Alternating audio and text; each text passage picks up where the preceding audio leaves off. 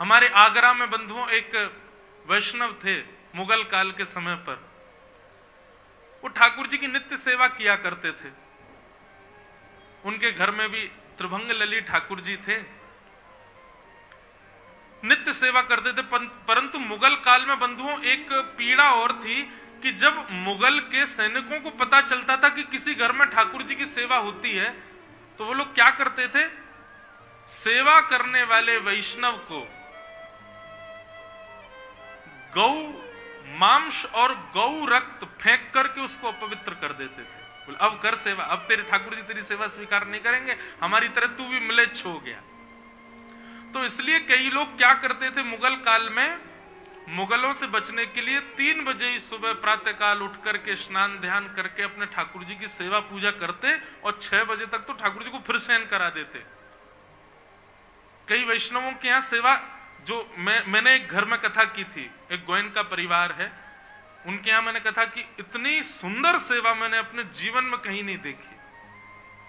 उनके आप्रस की सेवा थी, श्री गिरधर लाल ही थे उनके घर पर, और सेवा कैसी, सुबह 4 बजे घर के सारे सदस्य उठ जाएंगे, छोटा बच्चा भी 4 बजे सब उठ जाएंगे।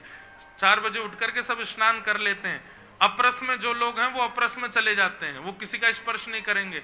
सुबह ठाकुर जी का 4 बजे मंगला होगी, मंगला के बाद ठाकुर जी का मंगला भोग रखा जाएगा।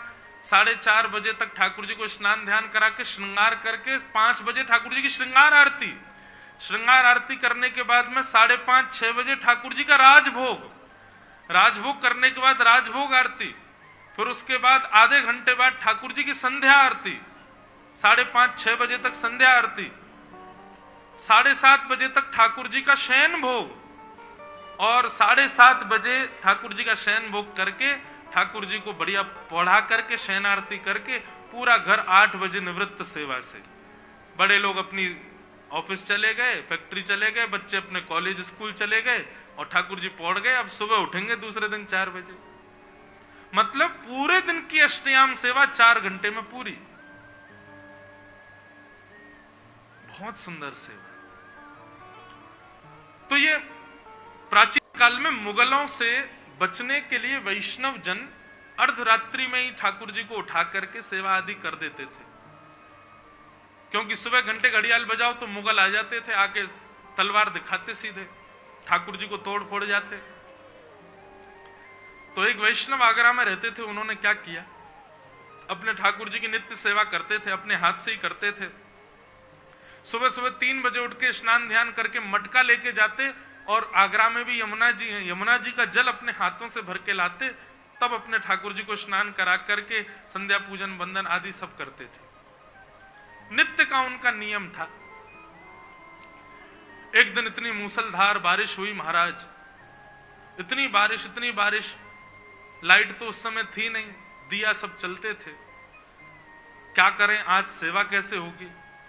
मन में विचार करने लगे, बोले अब तो हम जा ही नहीं पाएंगे, अब यमुना जल कैसे भर के लाएं, ठाकुर जी को स्नान कराना है, संभव ही नहीं हो पा रहा है। सुबह तक की प्रतीक्षा करें, दिन में जाएं तो मुगल परेशान करते हैं। ये मन में विचार कर ही रहे थे, सोच रहे थे आज ठाकुर जी की सेवा नहीं हो पाएगी, और इस बात से इतने घबरा गए कि हाथ पांव उनके कांपने लगे। बोले आज ठाकुर जी की सेवा कैसे होगी? वैष्णव का तो सर्वधन ठाकुर जी है। इतने में बंधुओं क्या हुआ, उनके घर के बाहर एक मशाल लिया व्यक्ति आ गया। उसकी मशाल देख करके ये थोड़े से मन में आया कि भाई ये व्यक्ति जा रहा है, जब तक इसकी मशाल की प्रकाश दिख रहा है तब तक इसके पीछे ही चल दें। उसके पीछे पीछे चले गए, और वो यमुना जी के तट पे ही गया। वहां जैसे ये पहुंचे, उन्होंने कहा बढ़िया है, इसके सहारे हम आ गए, वापस तो हम जैसे तैसे लौट भी जाएंगे। और महाराज उन्होंने यमुना जल आदि सब अपना भर लिया, बड़े प्रसन्न थे, ठाकुर जी की सेवा पूरी होगी। जैसे ही वापस जाने लगे तो मशाल वाला व्यक्ति पुनश्च आगे चलने लगा, और मार्ग दिखाता दिखाता उनके घर के पास तक तो गया, फिर वो तो अपना आगे चला गया, ये अपने घर आ गए। बोले बड़ा बड़ा भला आदमी था भैया, अपने किसी काम से गया होगा, लेकिन इसकी मशाल ने हमारी सेवा पूरी करा दी। ठाकुर जी का बड़ा अनुग्रह है कि हमारी सेवा आज नहीं छूटेगी। खूब प्रसन्न हो गए थे महाराज, अपने हाथ पांव धोए, कीचड़ लग गई थी। ठाकुर जी का जल आदि लेकर के चंदन वंदन घिस करके जैसे ही मंगला के लिए मंदिर में गए और जैसे ही कपाट खोले तो त्रिभंग लली श्याम सुंदर जो सामने खड़े थे उनके पैर कीचड़ में हो रहे थे और हाथों में मसाल का तेल लगा हुआ था और उसमें से वो मट्टी के तेल की सुगंध ठाकुर जी में से आ रही थी। ये देख करके वैष्णव तो लिपट गया ठाकुर जी से, बोले मैं आपको निलाता भी हूं ना, ये भी मेरी सामर्थ्य नहीं है, ये भी आपकी कृपा से ही मैं कर पा रहा हूं ठाकुर जी। कहां मैं विचार करता हूं कि हम कर रहे हैं, कुछ भी नहीं। आप एक बार ठाकुर जी को घर में पधरा करके सेवा का संकल्प लेते हो, आपने संकल्प नहीं लिया, ठाकुर जी संकल्प लेते हैं, इससे मुझे अपनी सेवा करवानी है। एक दिन भी विक्षेप आप करते हो तो ये मत सोचो कि आप व्यस्त थे इसलिए हुआ। आज ठाकुर जी नाराज हैं हमसे, इसीलिए अपनी सेवा नहीं करा रहे हैं। भीष्म पितामह के सामने ठाकुर जी खड़े हैं। भीष्म पितामह ने पहले तो पांडवों को ज्ञान उपदेश किया और ज्ञान उपदेश करने के बाद भीष्म पितामह ने अपनी स्थिति को एकाग्र किया और ठाकुर जी से कहा आइए मेरे सामने खड़े हो जाइए, जरा देखूं तो सही आपको। ठाकुर जी सामने आकर के जैसे ही खड़े हुए, भीष्म पितामह बोले अब जब तक मेरी श्वास रुक ना जाए खड़े रहिएगा सामने। ठाकुर जी बोले इच्छा मृत्यु का वरदान है, तुम सोच लो 10 साल तक मरना ही नहीं है तो हम यहीं खड़े रहे। भीष्म पितामह बोले निश्चित 10 साल तक प्राण निकले खड़े रहना यहीं पे। ठाकुर जी सामने खड़े। भीष्म पितामह बोले मुरझाया हुआ सा चेहरा नहीं देखना है मुझे आपका, प्रसन्न हासा रुड़लो चलो लसत, आपकी सुंदर दंतावली दिखनी चाहिए मुझे, सुंदर आपके कपोल चमकने चाहिए मेरे सामने, ये आपके कटाक्ष नेत्रों में सुंदर मधुरता का दर्शन होना चाहिए ठाकुर जी। अब भीष्म पितामह कह रहे हैं और ठाकुर जी वैसा भेष बना रहे हैं। और जैसे ही भीष्म पितामह के मन का भेष आया, भीष्म पितामह बोले बस भगवान अब मैं अपने प्राण त्याग दूंगा, उससे पहले एक स्तुति आपकी गाना चाहता हूं। इसी को भीष्म स्तुति कहते हैं, मुझे बहुत प्रिय है भीष्म स्तुति। भीष्म पितामह क्या कहते हैं, 2-4 श्लोक गा दें फिर उसकी व्याख्या करेंगे। इतिमते रूपकल्पिता वितृष्णा भगवत सात्वत पुंगवे विभुम्ने स्वसुखमुपगते क्वचिद्विहर्तुं प्रकृतिमुपेयुषि यद्भव प्रवाह त्रिभुवनकमनं तमालवर्णं रविकरगौरवराम्बरं दधाने वपुरलककुला वृताननाब्जं विजय सखे रतिरस्तु मे वत्या।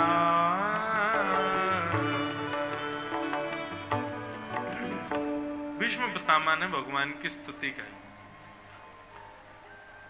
क्या स्तुति गा रहे हैं भीष्म पितामह?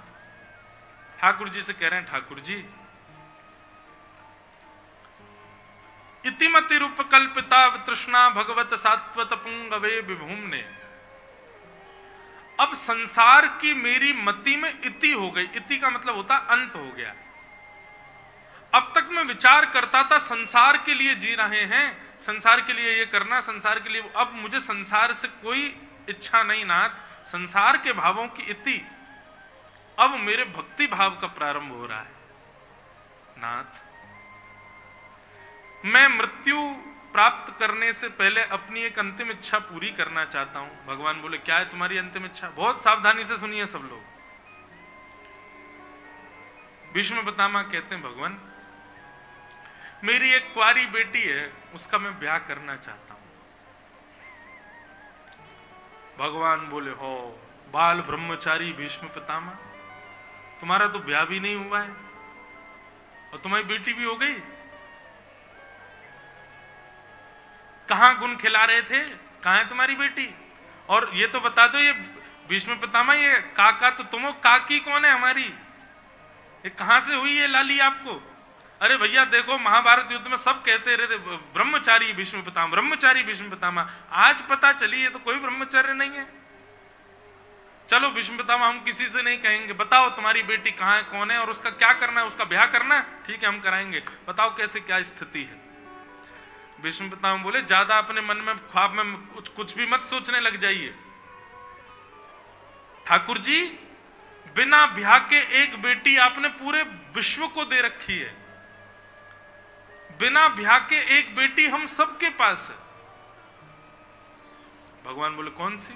बोले मति, बुद्धि, हमारी बेटी है। भीष्म पितामह की बात सुनो, भगवान बड़े ऐसे, अच्छा इसकी बात कर रहे हो? बोले हाँ। बोले बेटी क्यों है? बोले बेटी इसलिए क्योंकि बेटी का स्वभाव क्या होता है, अपनी इच्छा पिता से पूरी करवाना। पिताजी मुझे ये चाहिए, पिताजी वो चाहिए। पिता, माँ का प्रेम बेटे से ज्यादा होता है, पिता का प्रेम बेटी से सहज होता है, ये निश्चित है। तो जितनी भी माताएं यहां बैठी हैं उनकी मति उनका बेटा है, और भाई लोगों की मति जो है वो उनकी बेटी है। Cross connection. तो भीष्म पितामह कहते हैं मैं अपनी मति रूपी बेटी का ब्याह करना चाहता हूं। भगवान बोले वाह, मतलब एक होती है सीधी बात, मैं आपको अपनी मति देना चाहता हूं, ऐसा नहीं कह रहे हैं भीष्म पितामह। भीष्म पितामह का लहेजा देखो, भीष्म पितामह का तरीका देखो। हे ठाकुर जी मैं अपनी मति आपको अर्पित करना चाहता हूं। देखो चावल दाल तो सब बनाते हैं, सबको आता है, लेकिन उसमें वेरिएशन लाना, कोई माँ उसमें बढ़िया कुछ अलग करे। अब दाल तो दाल है, एक सी बनती है सब जगह, लेकिन कोई अब आपके यहाँ की तो बड़ी विचित्र है, हमने पहली बार खाई।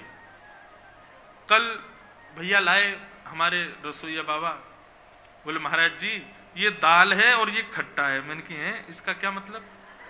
बोले ये रसायन खट्टा जो है ये दाल में डालना है, मिलाना है, फिर खाना है। अच्छा ये आप लोगों के लिए ऐसा लग रहा हो कि भाई हमारे यहाँ तो ऐसे खाते हैं, हमारे यहाँ नहीं खाते ऐसे। मैंने कहा तो फिर इसमें क्या करना है? बोले कि इसको रसायन को दाल में डालो, मिलाओ, फिर खाओ। मैंने कि तो जो बनाने वाले थे बनाते समय डाल देते इसको। बोले नहीं यहाँ का नियम है, अलग अलग करके खाते हैं। मैंने कहा वाह भाई, तो वेरिएशन है ना। अब नॉर्मल दाल तो सब बनाते हैं, लेकिन उसमें वेरिएशन किया तो फिर खाने वाले को भी आश्चर्य हुआ कि कुछ तो अलग होगा। और निश्चित ही जब खाई तो वो अलग ही थी कुछ। वो मैंने बिना उसको डाले जब दाल खाई तो बड़ी खट्टी, उसको मिला के खाया तो थोड़ा स्वाद अलग सा आ रहा था। ठीक वैसे ही बंधुओं, भक्ति तो सब कर रहे हैं, लेकिन वेरिएशन देखते हैं ठाकुर जी। आपकी भक्ति में वेरिएशन कैसा है? नवीनपन, कुछ नवीन है कि नहीं? रोज सुबह 4 बजे उठा देते हो, घंटे घुमा के उठ जाओ ठाकुर जी, और फिर महाराज 5 बजे नवा दिए ठाकुर जी, कपड़े पहना दिए, इत्र लगा दिया और चनौरी का भोग लगा दिया, दोपहर में ये भोग, रात में फिर इतने बजे सुला दी। ठाकुर जी भी बोर हो जाते होंगे, पूरे दिन एक सी करता रहता, कुछ नया तो करता नहीं। अपनी भक्ति में नवीनता लाओ, वेरिएशन लाओ। ठाकुर जी भी चकित होते हो, आश्चर्यचकित रहते हो, आज पता नहीं क्या करेगा, कुछ तो नया करेगा। रैदास जी के विषय में मैं कथाओं में सुनाया करता हूं। रैदास जी की भक्ति कैसी? रैदास जी को जब ठाकुर जी प्राप्त हुए तो रैदास जी बोले अब ठाकुर जी को लेकर के अयोध्या जाऊं, द्वारिका जाऊं, वृंदावन जाऊं, बहुत खर्चा होता है और मेरे पे इतना पैसा है नहीं, व्यवस्था मुझ पे है नहीं, और फिर सब जगह भोजन पानी की, अपरस की व्यवस्था हो नहीं पाती। रैदास जी बोले क्या करूं, ठाकुर जी को घुमाने का बड़ा मन है। तो रैदास जी ने क्या किया, अपने घर के चारों ओर अंदर कागज में लिख लिख करके धामों के नाम, ये अयोध्या, श्रीरंगम, ये तिरुपति बालाजी, ये वृंदावन, ये जगन्नाथपुरी, ये द्वारिका धाम, ऐसे करके पर्चियों में लिख दिया। और बीच में ठाकुर जी की चौकी थी, ठाकुर जी को रोज श्रृंगार करते, सजा धजा करके, और फिर ठाकुर जी के, ठाकुर जी बताओ कहाँ चलोगे घूमने? अच्छा अयोध्या चलेंगे। सोई ठाकुर जी चौकी उठाते, 4 बार ऐसे परिक्रमा लगा के फिर अयोध्या जहां लेकर वहां बैठा देते। आहा ठाकुर जी देखो कैसे सुंदर अयोध्या में श्री राम राजा सरकार विराज रहे हैं, संत महापुरुष अपने हाथ में सुंदर करताल लिए राम जी का मधुर कीर्तन कर रहे हैं, सरजू जी कितनी सुंदर बह रही हैं, कितना आनंद आ रहा है। ऐसे भाव से ठाकुर जी को तीर्थ ले जाते थे। आप कहेंगे महाराज जी ऐसे तो भाव से कुछ भी होगा, लेकिन नहीं, रैदास जी के भाव को स्वीकार करते थे। और उसका प्रमाण कब हुआ कि एक बार जेठ का महीना, भीषण गर्मी, और रैदास जी ने अपने ठाकुर जी को सजा धजा करके बोले ठाकुर जी बड़ी गर्मी हो रही, चलो बद्रीनाथ चल रहे हैं। और जैसे ही ठाकुर जी की चौकी ले जाकर के बद्रीनाथ जहां लिखा था वहां रखी, तो रैदास जी के गांव में बर्फ गिरने लग गई। सब लोग सोचने लगे भाई जेठ का महीना, ये बर्फ कैसे गिर रही है। तब जाकर के कुछ वैष्णवों ने बताया, बोले जरूर रैदास जी के ठाकुर जी बद्रीनाथ गए हैं, इसलिए बद्रीनाथ ही यहां आ गया। मतलब रैदास जी की भाव सेवा ऐसी थी कि उनको तीर्थ नहीं जाना होता था, तीर्थ चल के रैदास जी के पास आते थे। इसको कहते हैं भक्ति में नवीनता, वेरिएशन। ठाकुर जी को वो प्रिय है। कुछ कुछ आधुनिक किया करो अपनी भक्ति में, एक सी मत करते रहा करो, कुछ थोड़ा नवीन किया करो। इसका मतलब यह नहीं है कि जगन्नाथ जी सीधे बैठे रहते हैं तो आज उल्टे बैठा दो, नवीनता हो गई, ठाकुर जी आज पैर ऊपर करके बैठो। ऐसा नहीं करना है, अपने भाव में नवीनता लाओ, भाव में नवीनता। भीष्म पितामह कह रहे हैं ठाकुर जी मेरी मति रूपी बेटी के लिए आपसे अच्छा वर नहीं मिलेगा, मेरी मति रूपी बेटी के लिए आपसे अच्छा सुंदर दामाद नहीं मिलेगा। भगवान बोले तुमको तो लगता है कि मैं तुम्हारी मति के लिए अच्छा वर हूं, पर हर पिता को चाहिए पहले बेटी से पूछे कि ये लड़का तुझे पसंद है कि नहीं। अपनी मति से पूछ तो लो उसको हम प्रिय लगते हैं कि नहीं। अब तुम तो चाहते हो कि मति ठाकुर जी के पास जाए, लेकिन मति से तो पूछो कि उसको हम प्रिय हैं कि नहीं। भीष्म पितामह बहुत सुंदर तर्क देते हैं। भीष्म पितामह क्या कहते हैं, ठाकुर जी त्रिभुवन कमनम तमालवर्णम रविकर गौरवराम्बरम दधाने वपुरलककुला वृताननाब्जम विजय सखेरतिरस्तु मेन वत्य। भीष्म पितामह कह रहे हैं ठाकुर जी आपके मुख से यह बात शोभा नहीं देती कि मैं अपनी बेटी से पूछूं कि आप उसको प्रिय हो कि नहीं। बोले क्यों? बोले आपका रूप कैसा है पता है, राक्षस भी मोहित हो जाते हैं आपके ऊपर। त्रिभुवन कमनम तमाल वर्णम रविकर गौर वराम वरम दधाने। ठाकुर जी कोई एकाध व्यक्ति की बात नहीं है, तीनों भुवन आपके ऊपर न्योछावर हैं। इतने सुंदर हो आप, इतने सुंदर हो नाथ, तीनों भुवन आपके ऊपर न्योछावर है। आहा कैसे हैं ठाकुर जी? पाग टेढ़ी सिधरे वापे मोती लटकन डोले ब्रज जो में डोले श्री वृंदावन में झूम के राधारमन पाग टेढ़ी सिधरे।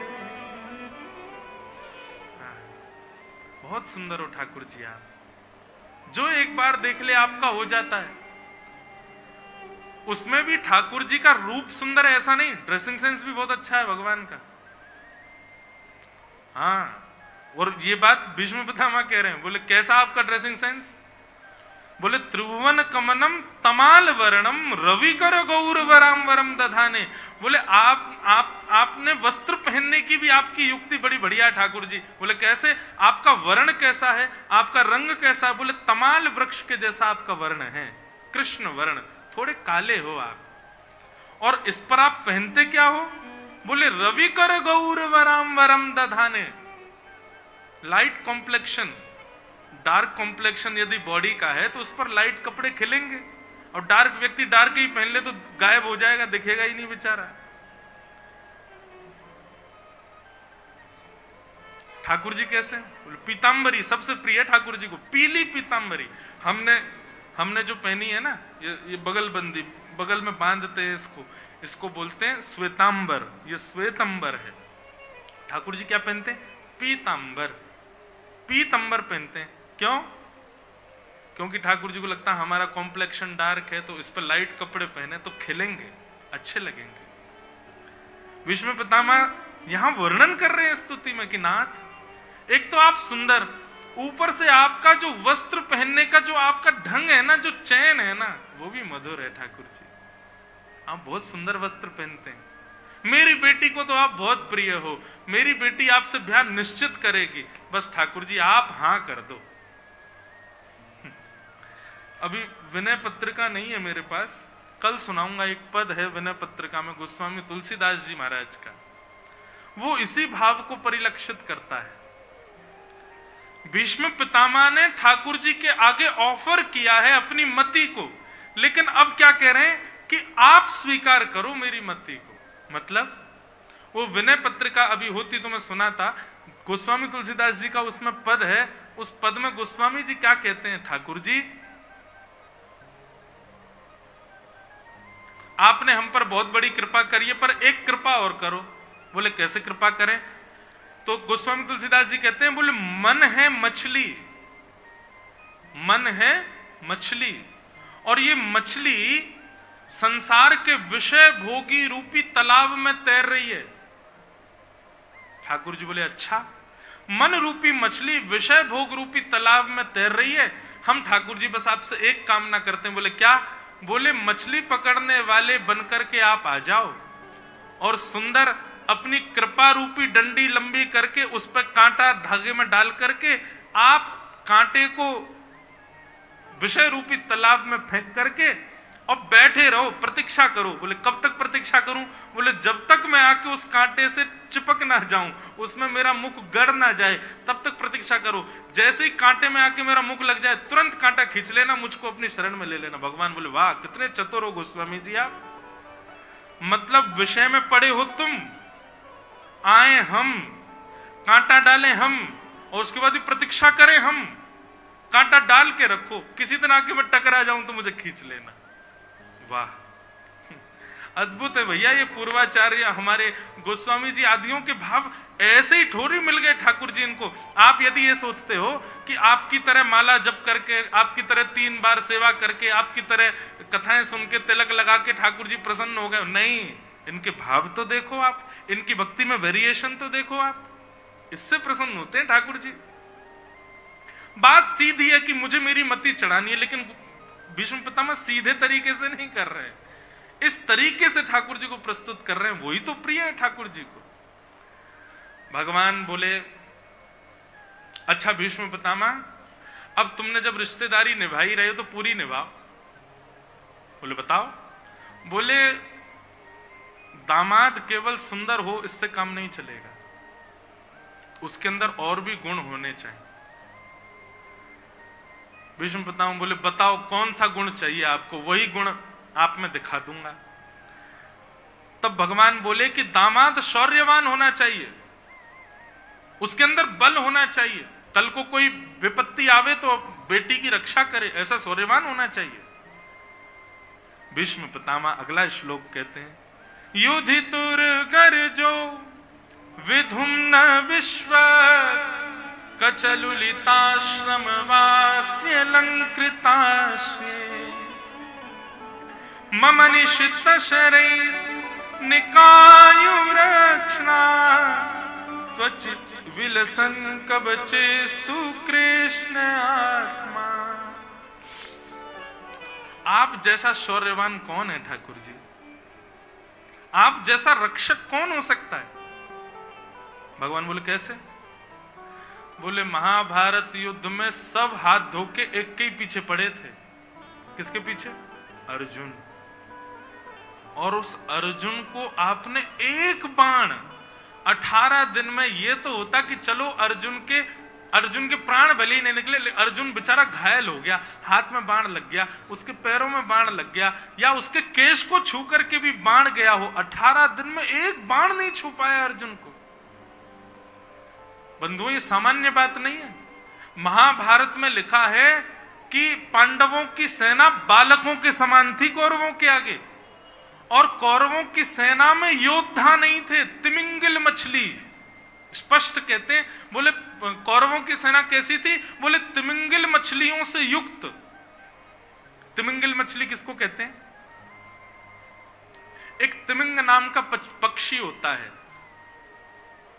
वो आकाश में उड़ता हुआ जंगल में जाता है, और जंगल में से 2 हाथी, एक नहीं 2 हाथियों को अपने पंजे में लेकर के आकाश में उड़ जाता है। सोचो, 2 हाथियों को लेकर उड़ता होगा पक्षी, कितना बड़ा होगा। और वो पक्षी हाथियों को लेकर के जब आकाश में उड़ता हुआ समुद्र की तरफ जाता है, तो एक मछली श्वास लेने के लिए मुंह बाहर निकालती है और हाथी सहित उस पक्षी को निगल जाती है। वो है तिमिंगिल मछली। महाभारत के योद्धाओं का वेदव्यास जी जब उनका बखान करते हैं कि ये योद्धा कैसा है, तो कहते हैं कौरवों की सेना में तिमिंगिल मछली की बाढ़ थी। इतने भयानक योद्धा थे कौरवों के, और वो भयानक तिमिंगिल मछली रूपी योद्धा अर्जुन के पीछे पड़े थे कि इसको मारना है। लेकिन उस अर्जुन को क्या, उसके रथ को एक बाण नहीं छू पाया। क्यों? क्योंकि सारथी आप थे। आप इतनी द्रुत गति से उसके रथ को चलाते थे, इतनी फ्लेक्सिबिलिटी थी आपके रथ चालन में, चक्रव्यूह में सब फंस गए, अर्जुन नहीं फंस पाया। क्यों? क्योंकि आप उसके रक्षक थे। ये आपका शौर्य नहीं है तो क्या है? आप सुंदर भी हो, आप शौर्यवान भी हो। मेरी बेटी तो आपसे ब्याह करेगी। आहा, क्या मधुर स्तुति है भीष्म पितामह की। भगवान प्रसन्न हो गए। भगवान बोले, दामाद में सुंदरता हो, शौर्यता हो, केवल इतने से काम नहीं, पिता को और भी लक्षण देखने चाहिए। भीष्म पितामह बोले, बताओ और कौन सा लक्षण बताऊं आपके अंदर? बोले कि दामाद का स्वभाव अच्छा होना चाहिए।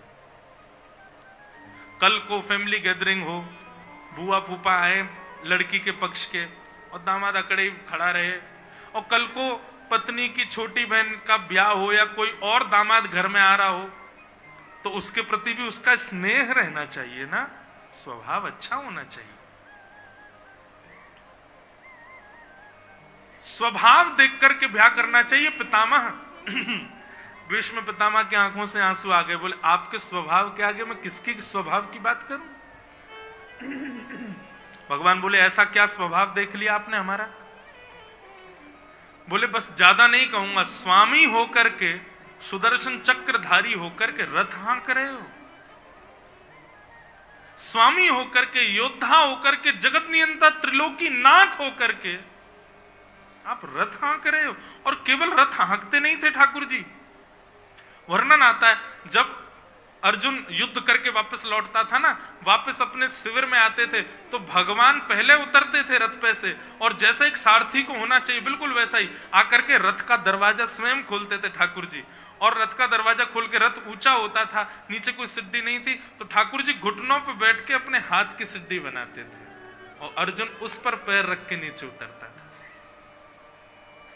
ये आपका स्वभाव, और आप मेरे आगे कह रहे हैं कि मेरे अंदर स्वभाव क्या देखा? आप स्वामी होकर के, आप नाथ होकर के, आप जगत नियंता होकर के अर्जुन के रथ के सारथी हो, इससे सुंदर स्वभाव मैं आपका क्या बताऊं ठाकुर जी? सौंदर्य, शौर्य, स्वभाव। और बताओ? ठाकुर जी बोले, दामाद के अंदर समझदारी होनी चाहिए, समझदार होना चाहिए दामाद। कैसी भी स्थिति आए, उस स्थिति में मेरी बेटी का ध्यान रखे, ये पिता को निश्चित करना चाहिए। दामाद के अंदर समझदारी होनी चाहिए। तब भीष्म पितामह कहते हैं, आपसे ज्यादा समझदार कौन होगा? व्यवहित प्रतना मुखम निरीक्ष्य स्वजन बधा द्विमुख से दोष बुद्ध्या। अर्जुन ने तो अपने धनुष बाण छोड़ दिए थे रथ युद्ध करने से पहले ही। अर्जुन ने आपको मना कर दिया था कि मैं युद्ध नहीं कर पाऊंगा, मैं अपनों को नहीं मार सकता।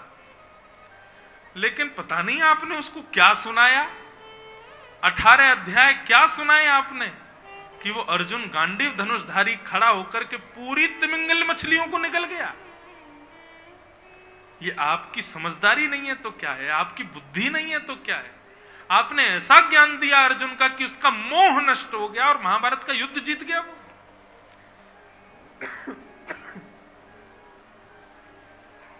मेरी बेटी तो आपसे ही ब्याह करेगी, आप चाहे कितना भी बचने का प्रयास करो।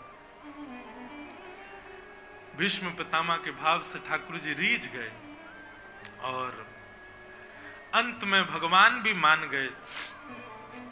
भीष्म पितामह से ठाकुर जी ने कहा, भीष्म तुम इतने बड़े भक्त हो मेरे, इतना प्रेम करते हो मुझसे, तो मुझे एक प्रश्न का उत्तर दो। भीष्म पितामह बोले कहिए। बोले तुम जब इतने ही मेरे प्रेमी थे तो तुमको कौरवों का पक्ष नहीं लेना चाहिए था। इन कौरवों ने मेरी बहन को निर्वस्त्र करने का प्रयास किया, इन कौरवों ने पांडवों के साथ बहुत गलत किया। भीष्म पितामह ऐसे कौरवों का संग क्यों किया आपने? आप पांडवों के संग आ सकते थे और मैं आपको वचन देता हूं यदि आप पांडवों के संग आते ना तो मैं अर्जुन का सारथी नहीं आपका सारथी बनता। आपका प्रेम इतना है मुझसे, पर आपने कौरवों के पक्ष को क्यों चुना? भीष्म पितामह का उत्तर सुनकर के ठाकुर जी के नेत्र सजल हो गए। भीष्म पितामह कहते हैं भगवान दाईं तरफ खड़े होकर के आप नहीं दिखते, बाईं तरफ खड़े होकर के आप नहीं दिखते, और मेरे सारथी बन जाते तो भी आपकी कमर मुझको दिखती, मुख तो दिखता ही नहीं। साक्षात दर्शन करने के लिए तो सामने ही खड़ा होना पड़ता है। आपका प्रत्यक्ष दर्शन मैं कर सकूं इसके लिए मैं कौरवों की तरफ, ताकि आप प्रत्यक्ष मुझे दिखते रहो। मुझसे एक एक क्षण के बारे में पूछ लीजिए। भागवत में भीष्म स्तुति में भीष्म पितामह ने वर्णन भी किया है। भीष्म पितामह कहते हैं युदितुर गर्जो विधुम्न विश्व कचलुलित श्रमवार्य अलंकृताश्य। ठाकुर जी मैंने आपका एक ऐसा रूप देखा जो किसी ने नहीं देखा था। बोले कैसा रूप? बोले जब आप हाथ में घोड़ों की रस्सी पकड़ करके और हाँकते थे घोड़ों को, पीछे अर्जुन बैठ करके और बिल्कुल राजा बन करके चलता था, तब घोड़ों को जब आप हाँकते थे और आप अपनी भ्रगुटी टेढ़ी करके पूरे पूरे युद्ध मैदान को ऐसे देखते थे, अब इतनी चपलता आपके नेत्रों में होती थी, एक एक क्षण में आपकी नजर बदलती थी, कब कहां से कौन योद्धा अर्जुन की ओर आ रहा है, तुरंत आप रथ को दौड़ाते थे।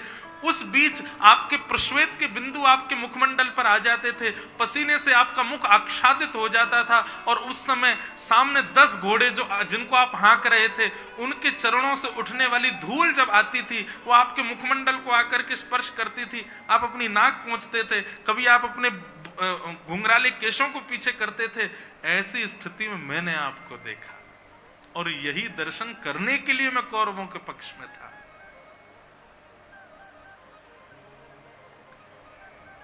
ठाकुर जी के नेत्र सजल हो गए। भीष्म पितामह कहते हैं बस अब एक अंतिम अभिलाषा है मेरी। क्या?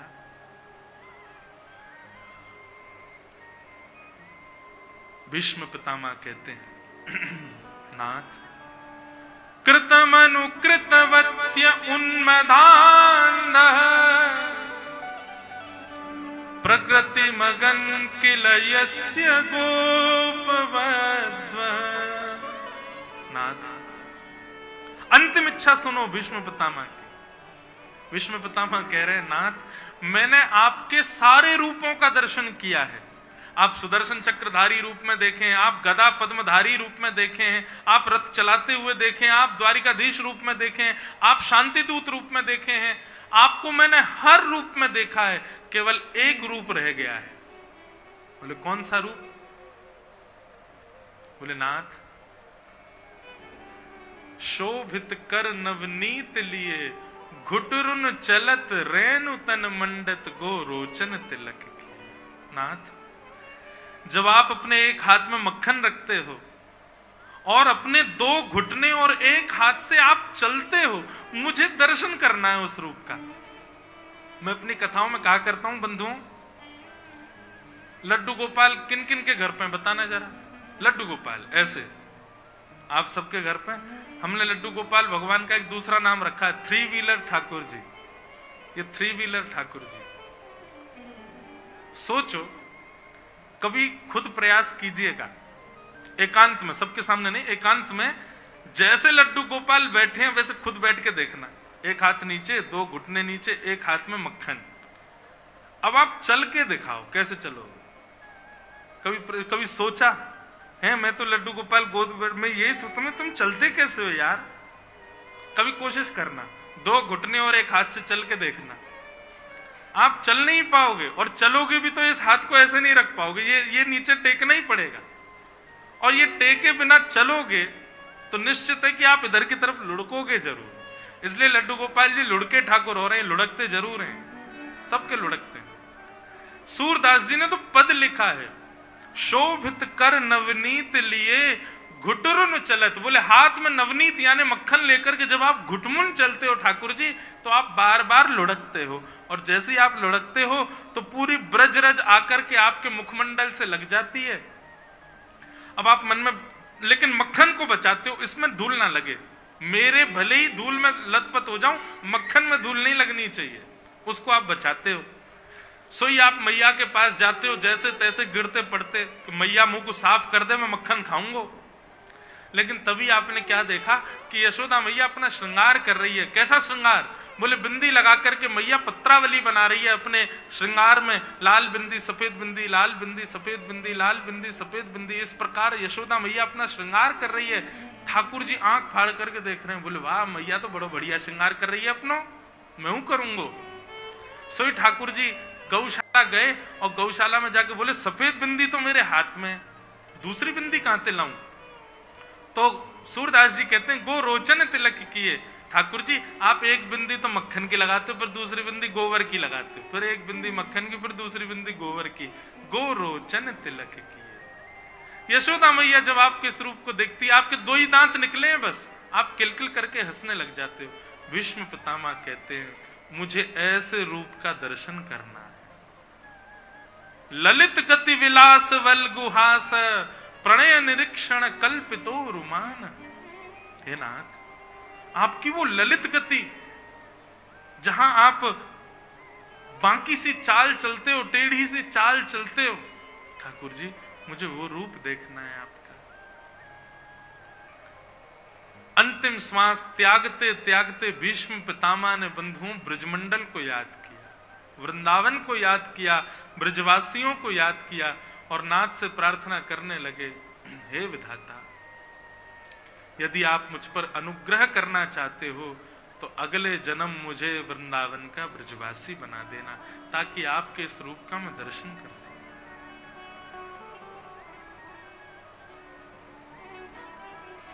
बहुत सुंदर भाव है बंधुओं के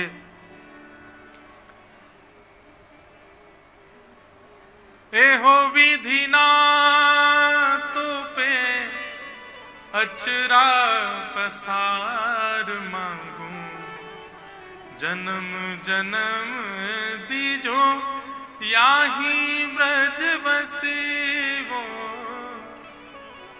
एहो विधि ना तो पे अचरा पसार मांगू, जन्म जन्म दीजो याही ब्रज बसेवो।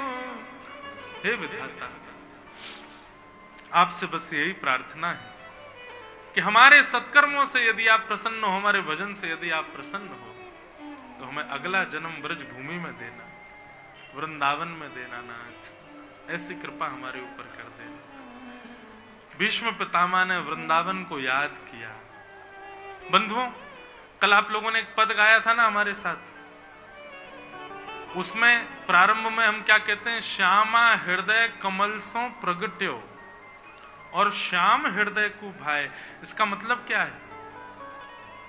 किशोरी हमारे वृंदावन के रचयिता ब्रह्मा नहीं है, हमारे वृंदावन के रचयिता विश्वकर्मा नहीं है, हमारे वृंदावन के रचयिता ठाकुर जी भी नहीं है, हमारे वृंदावन के रचयिता तो श्री किशोरी जी, राधा रानी ने बनाया है वृंदावन को।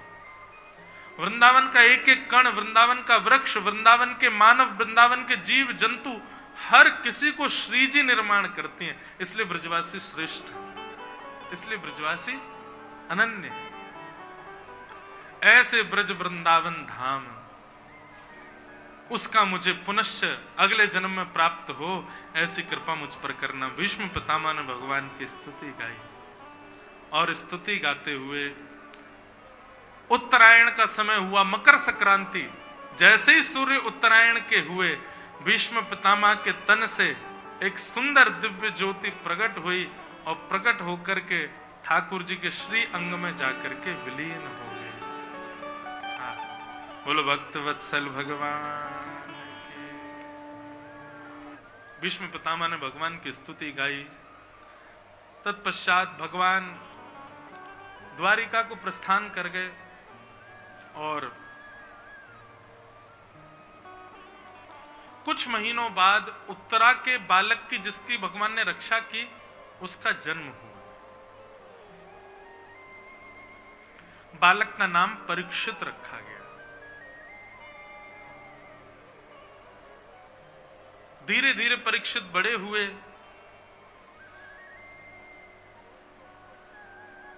अर्जुन ने आकर के समस्त पांडवों को बताया कि भगवान कृष्ण अपनी लीला पूरी करके स्वधाम चले गए।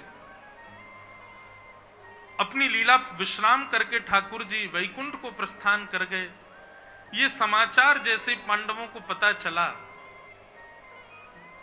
पांडवों ने विचार किया, जिनकी कृपा से हम इंद्रप्रस्थ की गद्दी पर बैठे हैं, जब वे ही अपना लीला पूरी करके चले गए तो हम यहां कैसे रह सकते हैं। और पांडवों ने परीक्षित को राज्य गद्दी पर बिठा दिया और स्वयं चले गए स्वर्गारोहण को वन में। परीक्षित ब्राह्मणों के नेतृत्व में रहकर के धीरे धीरे बड़े हुए। परीक्षित अब राजा है। परीक्षित का राज्यकाल बहुत अच्छा था बंधु। ऐसा कहते हैं परीक्षित के राज शासन में तहखाने, जेल बंद पड़े थे, कोई था ही नहीं उनमें, जंग लग गई थी। परीक्षित के राज्यकाल में, और केवल भारत की बात नहीं है, एक छत्र सम्राट थे परीक्षित पूरी पृथ्वी के, तो पूरी पृथ्वी में कहीं भी कुछ गलत नहीं होता था, ऐसा था परीक्षित का राज्य। सैनिक अस्त्र शस्त्रों को घर पर रखते थे, खाली हाथ घूमते थे, शस्त्रों की जरूरत ही नहीं होती थी, ऐसा परीक्षित का राज्यकाल था। सब लोग बड़ी प्रशंसा करते थे परीक्षित के, और परीक्षित स्वयं भी बहुत दीन थे। राजा थे लेकिन फिर भी रोज अपने घोड़े पर निकल करके जाते, पूरी प्रजा का हालचाल पूछ करके आते थे। ऐसा परीक्षित का राज्य। लेकिन बंधुओं, बहुत दिन तक कांस्टेंट अच्छी स्थिति रहती नहीं है किसी की। यदि आपको ऐसा लग रहा है कि सब कुछ बहुत अच्छा चल रहा है, सब कुछ वैसा चल रहा है जैसा आप चाहते हो, घबरा जाना थोड़े से, क्योंकि हमेशा नहीं रहने वाला। जो मिला है वह हमेशा पास रह सकता नहीं, कब बिछुड़ जाए ये कोई राज कह सकता नहीं। जिंदगानी का खिला मधुवन किसी का है दिया, मैं नहीं मेरा नहीं यह तन किसी का है दिया।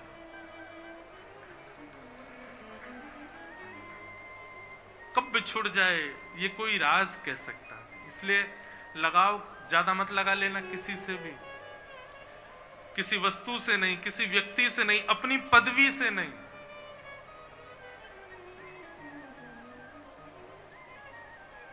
सदा तैयार रहिए, कैसी भी स्थिति कभी भी आ सकती है, क्योंकि कांस्टेंट कुछ नहीं रह पाएगा आपके पास।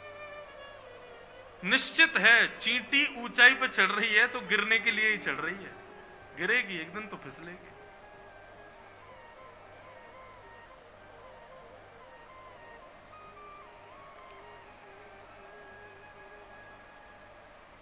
तो परीक्षित का राज्य बहुत बढ़िया चल रहा था। एक दिन परीक्षित भ्रमण करते करते वन में गए, तभी उन्होंने देखा कि एक काला व्यक्ति, बैल के 3 पैर उसने काट दिए, एक अकेले पैर पर बैल खड़ा है, उसको काटने का प्रयास कर रहा है। परीक्षित ने तुरंत तलवार निकाल ली। मेरे राज्य में हिंसा, पहली बार देख रहा हूं मैं, कौन हो तुम? और ये वृषभ कौन जिसके तुम पैर काट रहे हो? तब उसने बताया, महाराज मेरा नाम कलयुग।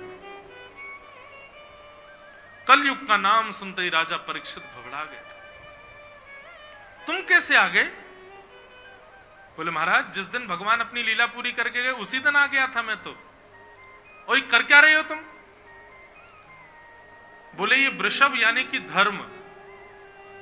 धर्म के 4 पैर होते हैं, सत्य, दान, दया और पवित्रता।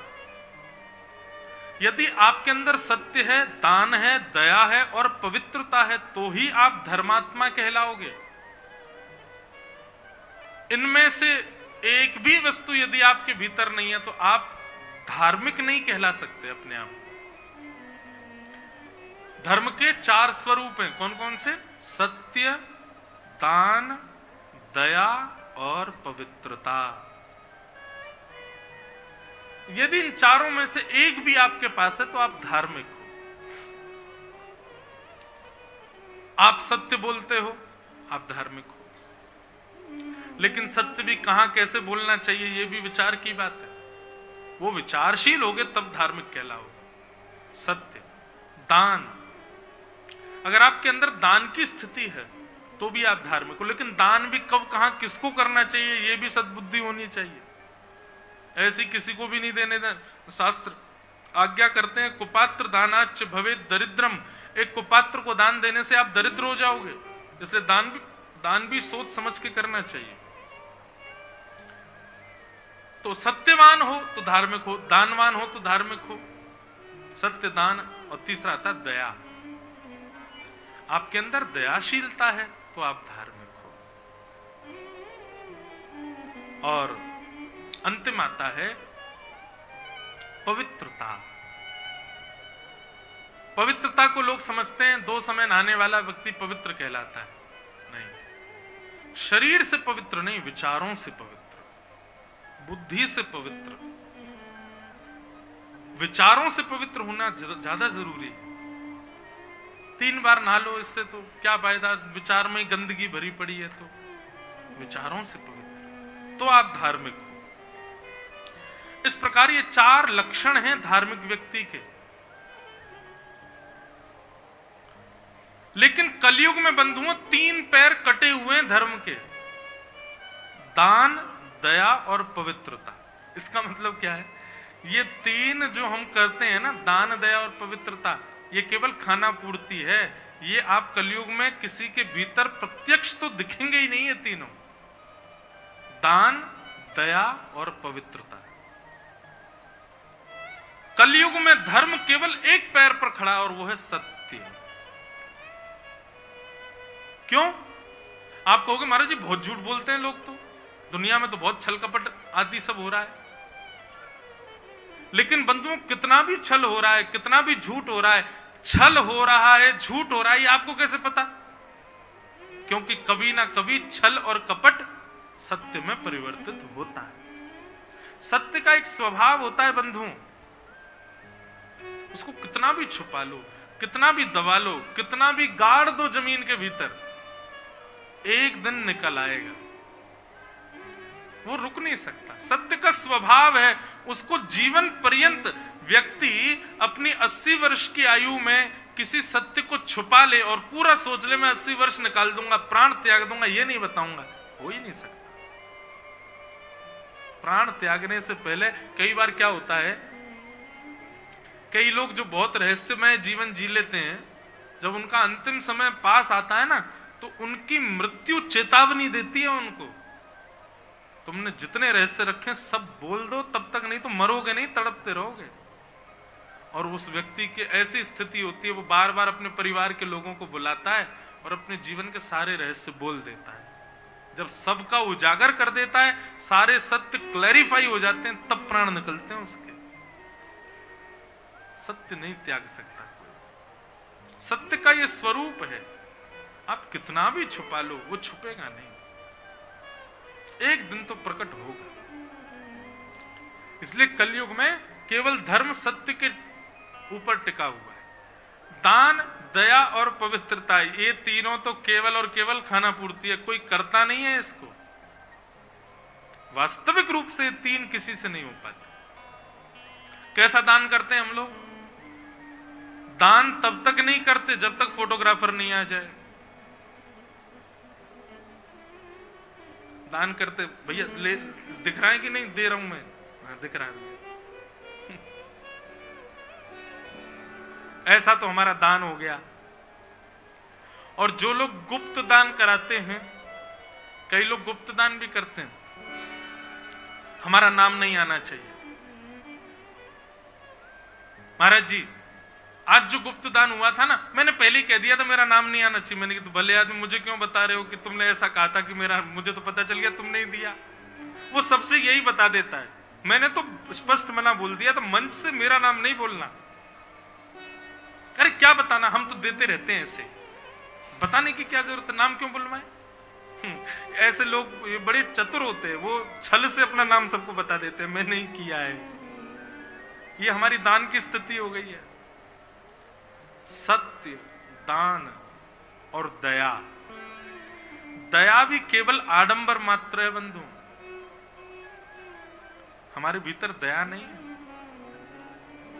और कलयुग जैसे जैसे आगे बढ़ रहा है ना बंधु, तैसे तैसे दया नष्ट होती जा रही है हम लोगों के भीतर। दया, दया का मतलब ये नहीं होता कि कोई बेचारा अयोग्य है आप उस पर रहम कर रहे हो, कोई बेचारा गरीब है, कोई बेचारा अयोग्य है तो आप उस पर आप उसको जाके कुछ दे रहे हो, इसको आप दया का रूप नहीं मान सकते। दया किसको कहते हैं? कोई कितना भी बड़ा अपराध कर दो और आप उसको क्षमा कर दो, इसको कहते हैं दया। क्षमाशीलता जिसके अंदर है, क्षमा का दान करना जो व्यक्ति जानता है, उसको दयावान कहते हैं। बंधुओं, बहुत कठिन होता है ये। व्यक्ति क्षमाशील नहीं बन पाता अपने जीवन में।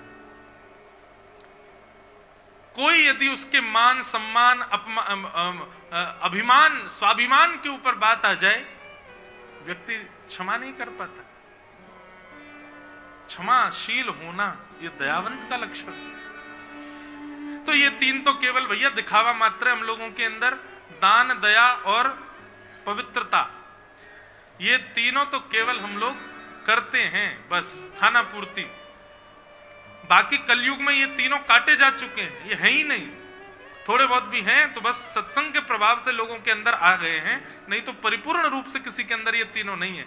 सत्य है, सत्य है। तो सत्य के ऊपर टिका हुआ है धर्म कलयुग में। पर कलयुग धीरे धीरे सत्य को भी काट रहा है, और जैसे जैसे युग आगे बढ़ रहा है सत्य भी खत्म होता जा रहा है, सत्य भी समाप्त होता जा रहा है। हमको असत्य ही सत्य लगने लग रहा है। और जिस दिन सत्य पूर्ण रूपेण सर्वनिष्ठ हो जाएगा, उसी दिन घनघोर कलिकाल आ जाएगा। बंधुओं, घोर कलयुग कब आएगा पता है? मंदिरों से भीड़ खत्म हो जाएगी, कथाएं होनी बंद हो जाएंगी, ब्राह्मणों का सर्वनाश हो जाएगा, पूरी पृथ्वी पर देसी गौ होगी ही नहीं, गाय बचेगी ही नहीं। गाय नहीं होंगे, शास्त्र नहीं होंगे, मठ मंदिर नहीं होंगे, ब्राह्मण नहीं होंगे, कथाएं सत्संग नहीं होंगी। पूरी पृथ्वी जब इन चीजों से विहीन हो जाएगी, तब घनघोर कलयुग आएगा। कलयुग का वर्णन ऐसा किया गया है कि एक बार कलयुग में भक्ति बढ़ेगी, फिर कम होगी, फिर बढ़ेगी, और फिर बढ़ने के बाद जब दोबारा कम होगी, फिर कभी नहीं बढ़ेगी।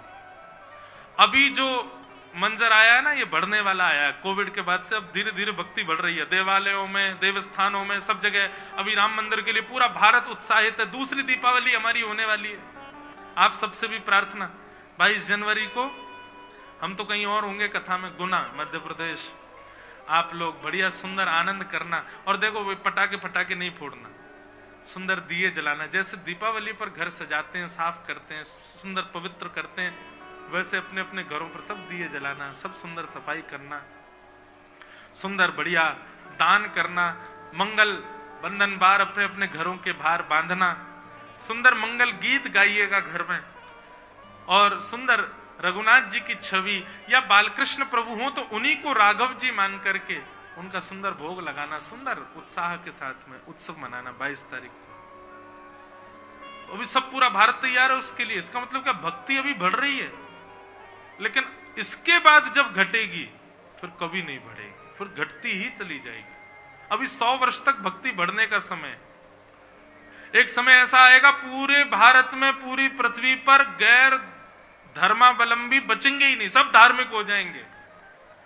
और उसके बाद ऐसा पलटा होगा 100 वर्ष के बाद, अचानक सब विहीन होते चले जाएंगे, राक्षस प्रवृत्ति बढ़ती चली जाएगी और धीरे धीरे धीरे धीरे फिर घनघोर कलयुग में प्रवेश होगा। तो मैं तो कथा में कहा करता हूं कि भैया हम बहुत सही समय पर निकल लेंगे यहां से, बहुत सही समय पर मैं और आप दोनों चले जाएंगे, लेकिन इतना भजन करो, इतनी कथा सुनो, इतने ठाकुर जी की सेवा करो कि दोबारा नहीं आए। क्योंकि अब जब गए और फिर जब दोबारा आएंगे तब बहुत खतरनाक मिलेगी हमको पृथ्वी। इसीलिए अभी निकलने में फायदा है, अभी निकल लो भैया, खूब भजन करो, ठाकुर जी का स्मरण करो, तिलक लगाओ, खूब नाम स्मरण करो, अच्छे अच्छे काम करो। बंधुओं, बस मृत्यु से पहले आपका एक कर्तव्य है, कोई छिद्र हमारे भीतर रह ना जाए, कोई अपराध, कोई गलत काम हमारा छूट ना जाए, सबको सुधार लो।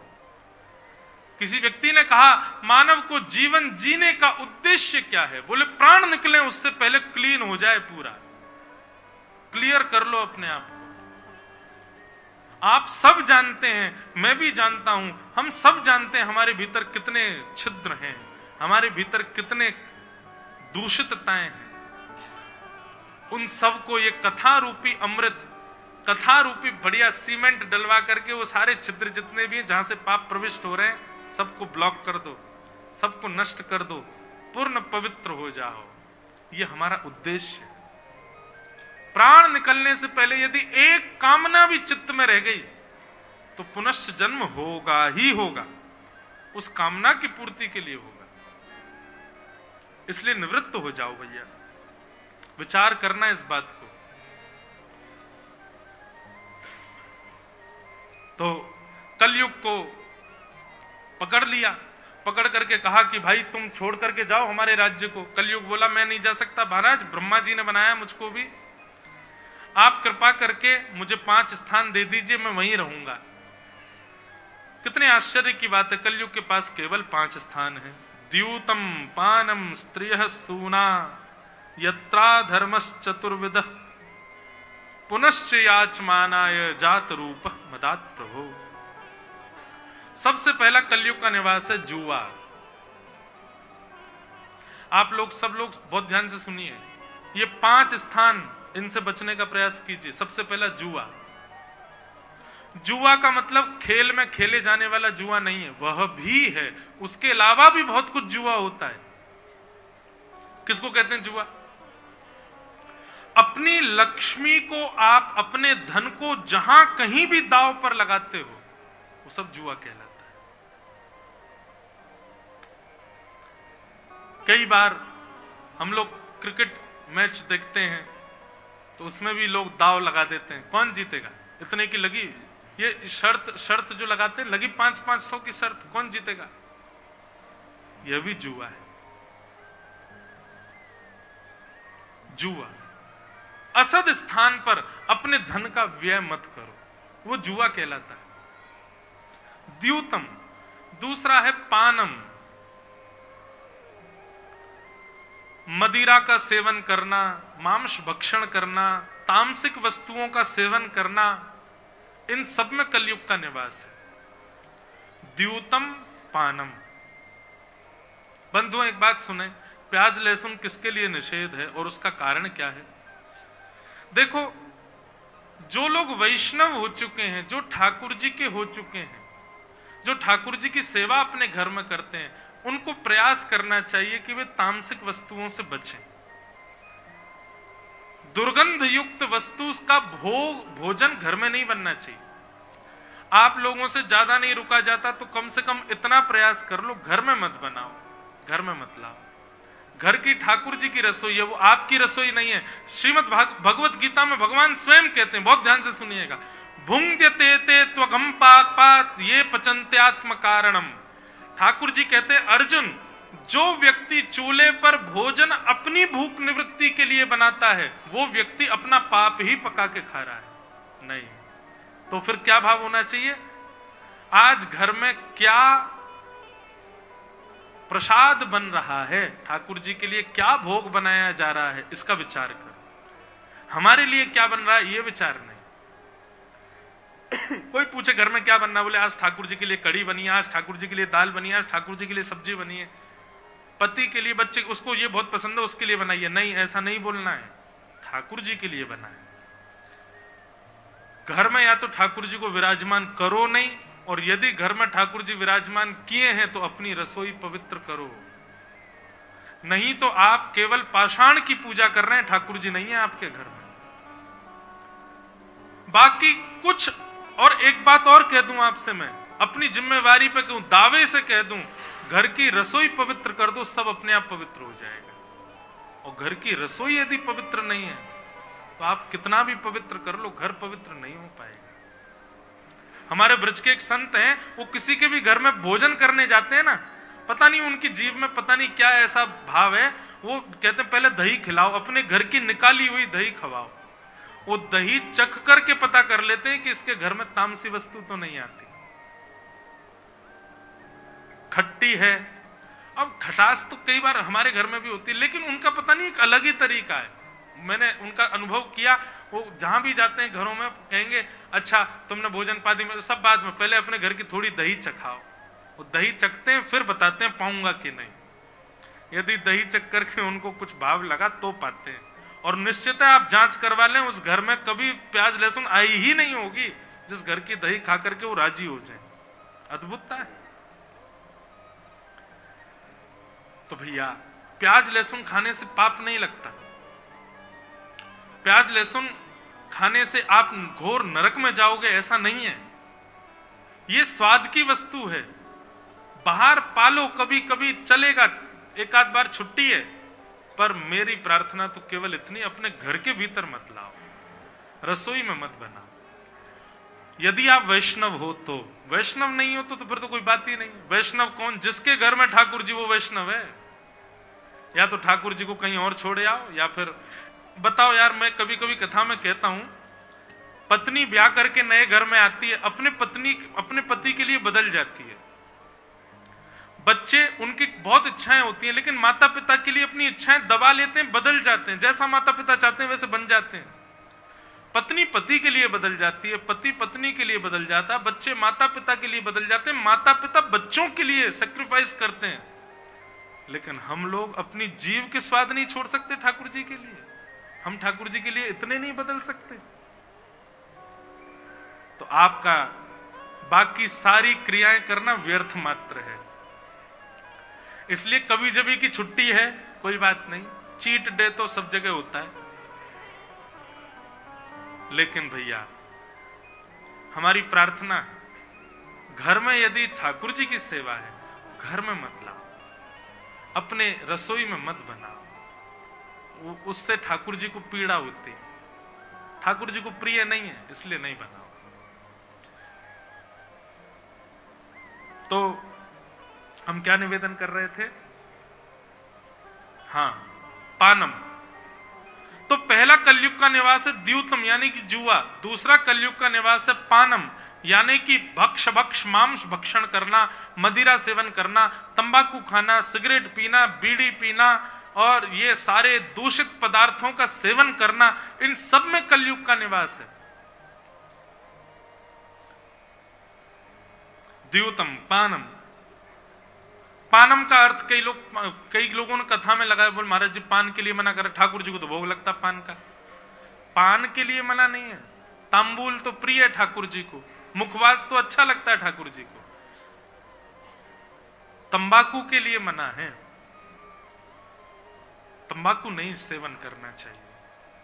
मदिरा नहीं पीनी चाहिए, मांस भक्षण नहीं करना चाहिए, और वैष्णवों को प्याज लहसुन नहीं खानी चाहिए। और इसके पीछे कारण क्या है?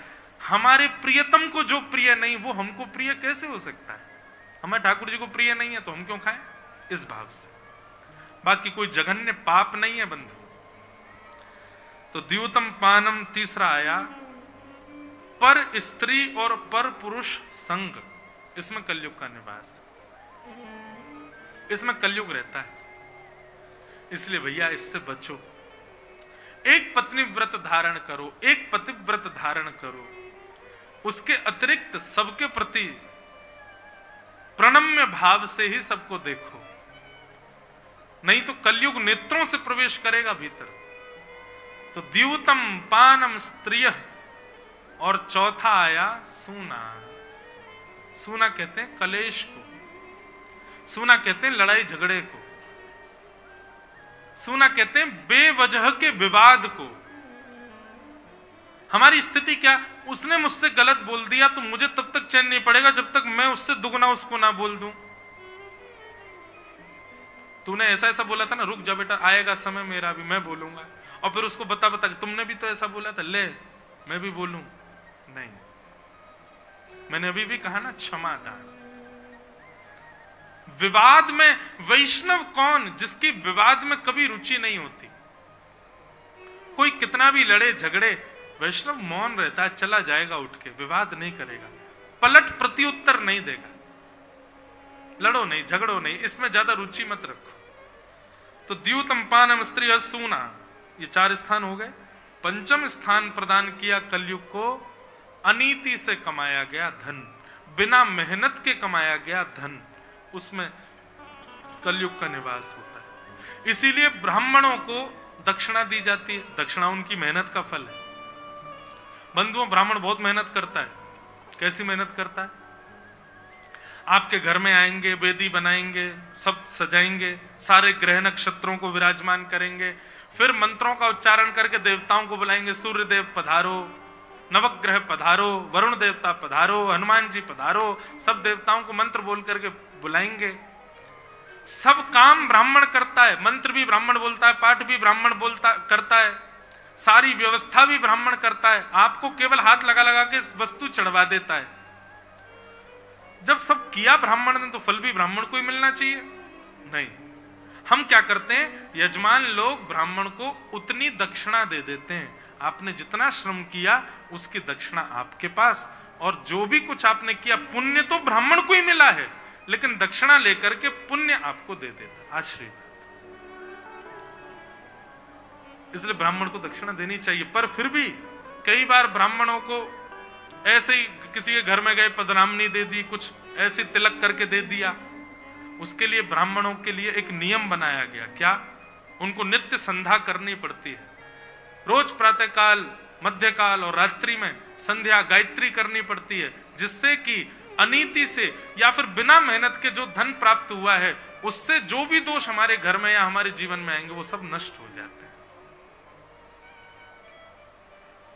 इसलिए भैया ये 5 स्थान, इनसे बच जाओ बस। कितनी बड़ी आश्चर्य की बात है। एक तो होता है कि कोविड पूरी दुनिया में फैल गया, अब तुम कैसे बचोगे, तुमको भी होना है। लेकिन सोचो, कोविड 5 लोगों में ही फैला है और तुमको उन 5 से ही बचना है। ये तो बड़ा आसान है। लेकिन फिर भी 5 लोगों में कोविड फैलता फैलता पूरी दुनिया में फैल ही गया। ऐसी कलयुग है भैया। स्थान इसके 5 ही हैं, लेकिन इसने प्रभाव हम सब पर डाल रखा है। तो इसका मतलब क्या है? इन 5 से कहीं ना कहीं तो हम छुए हैं, इन 5 से कहीं ना कहीं तो हमारा स्पर्श हुआ है। ढूंढो, निकालो, इन 5 में से किसने आपके अंदर कलयुग को प्रविष्ट कराया है? द्यूतम पानम स्त्री सूना और जात रूप मदात प्रभो, अनीति का धन, इन 5 में से खोजिए किसने आपके ऊपर कलयुग का प्रभाव डाला है। उसी स्थान को बंद कर दीजिए और जीवन में संकल्प ले लीजिए, इन 5 स्थानों पर नहीं जाएंगे। कलयुग आपका कुछ नहीं बिगाड़ पाएगा। यही प्रोटेक्शन है भैया। और हरि नाम की वैक्सीनेशन लगवाते रहा करो, कथा रूपी वैक्सीनेशन करवाते रहा करो। तो धीरे धीरे क्या होगा, कलयुग का प्रभाव हो भी गया है तो वैक्सीनेशन से उसका प्रभाव धीरे धीरे कम होगा। निश्चित है। आज तीसरा दिन है। 3 दिन में आप 3 दिन पहले जैसे थे वैसे अभी नहीं हो। अभी आपके विचार में, आपके भाव में, आपकी बोली में, आपके स्वभाव में, आपकी रात्रि सोने स्वप्न में भी अभी बदलाव होगा। वैक्सीनेशन चल रही है ना, तो समय